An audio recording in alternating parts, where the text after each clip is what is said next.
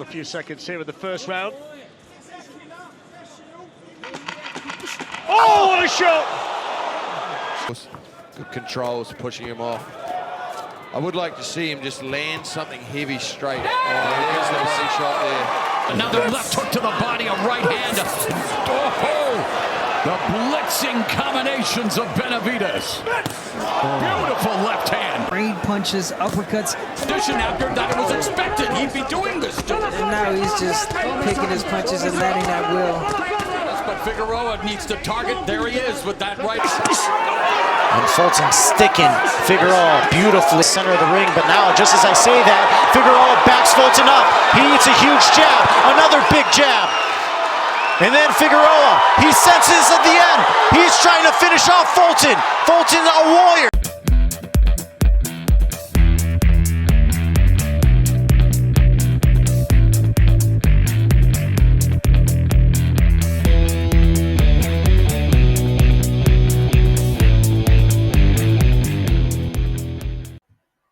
Hi folks, welcome to the channel. Boxing analysis can stir up a lot of emotions, can't it? No matter how clearly you break things down, some fans just don't want to hear that their favorite fighter might not have the tools to win. Even when you back it up with facts, they'll call you biased or say you're talking nonsense. Then the fight happens and the guy gets completely outclassed, dominated, embarrassed even. But they still don't want to accept it. But here is the deal. I'm not here to trash fighters or disrespect anyone. I'm here to analyze and break fights down. So how do I approach a fight breakdown? Let me walk you through it. First, I look at the basics. The foundation of every fighter. Ring IQ. How smart are they in a ring? Can they adapt to different styles or adjust mid-fight? Footwork. Do they control the distance? Can they cut off the ring, pivot, and create angles effectively? Hand speed and power. Do they have the tools to break through an opponent's guard or keep them guessing? Defense. How well do they avoid punishment? Are they good at slipping, rolling, blocking, or parrying shots? Counterpunching. Can they capitalize on their opponent's mistakes? Then I'll dive deeper into what separates the good from the great. Composure under pressure. Do they stay calm when the heat is on, or do they unravel? Feints and setups. Are they clever about baiting their opponents and setting traps? Shot selection. Do they mix up their punches or are they predictable? Punch placement. Do they aim for opponents or just throw for the sake of it? Pace and stamina. Can they control the tempo of the fight and keep it up for all 12 rounds or 10 rounds? And let's not forget their intangibles, reflexes. How quickly do they react to danger? Recovery. What happens when they're hurt? Do they have the mental and physical toughness to bounce back? Ring generalship. Can they dictate where and how the fight takes place? On top of all that, I look at their opponent's history. Have they faced high-level competition or have they been fed opponents to pad their records? How did they perform against pressure fighters, counterpunches, or slick movers? When you break it all down like this, it's not about favoritism, it's about the facts. Boxing is as much about styles and skills as it is about heart. Some fighters just have more tools to get the job done. But let me say this, breaking down a fight isn't about tearing anyone down. Every fighter who steps into the ring deserves respect and they're risking everything for the sport they love. My analysis is just that, an analysis. It's about understanding the matchups, not disrespecting the fighters. Now let's talk about some of the upcoming matches and make them more exciting.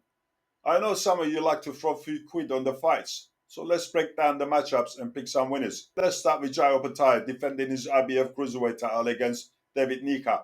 Jai's last fight against Elizora, well, that was an easy knockout in the first round. No surprise there. It was a pretty easy fight to make Jai look good. But hey, it's all about making an impression, yeah? Then Jai fought Maurice Paredes, a 39-year-old veteran who's at his time. Jai beat him both times and took the IBF and ring title. Impressive, but both fights went 12 rounds, so it showed Paredes still had some gas left in the tank. Then Jai fought Jack Macy and knocked him out in the 6th round. Now about David Nyika, I can't see him going 12 rounds with Jai. Here is why. David's just not experienced enough. He's undefeated with 10 wins, 9 knockouts. Not bad, but let's be honest, most of his fights have been in New Zealand or Australia against weaker opponents. He's never fought in a big stage. When he fought Michael Zeitz, David waited until Cease tired out before taking him out in the 4th round with a body shot. It was pretty clear Cease was out of shape. Then he beat Tommy Carpentier in a similar fashion. After a few rounds of Carpentier panting and running out of gas, David hit him with a body shot to end it in the 3rd. David's got good footwork, speed, and decent ring IQ, but he's too stiff in the upper body, and Jai's got to exploit that. So I just don't see David pulling off the win here. Jai Opetaia wins this one, and probably inside the distance. Now let's make it more interesting, adding David Benavidez to beat David Morrell Jr. This one's going to be close, but Benavidez got more experience. Morrell's only had 11 fights, and Benavidez has 29. That experience is going to show.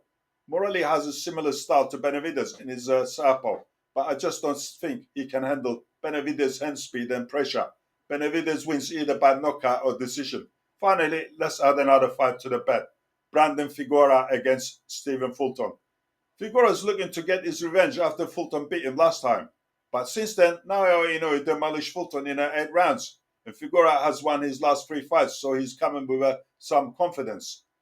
This fight is going to be close, but I think Figueroa gets his revenge and beats Fulton this time.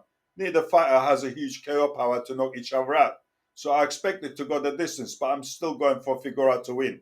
I already did a prediction video other day, the Inoue versus Sam Goodman. So my final bet slip looks like this.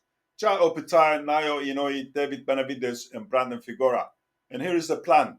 Jai and Naoya to win inside the distance. Benavidez to win inside the distance or by decision. Figueroa to win inside the distance or by decision. So we got 4 fights. Watch out, bookies, here I come. Anyway, it's just to make the fights more fun and interesting. Thanks for watching, folks. Don't forget to like and subscribe, and I'll see you next time. Ciao!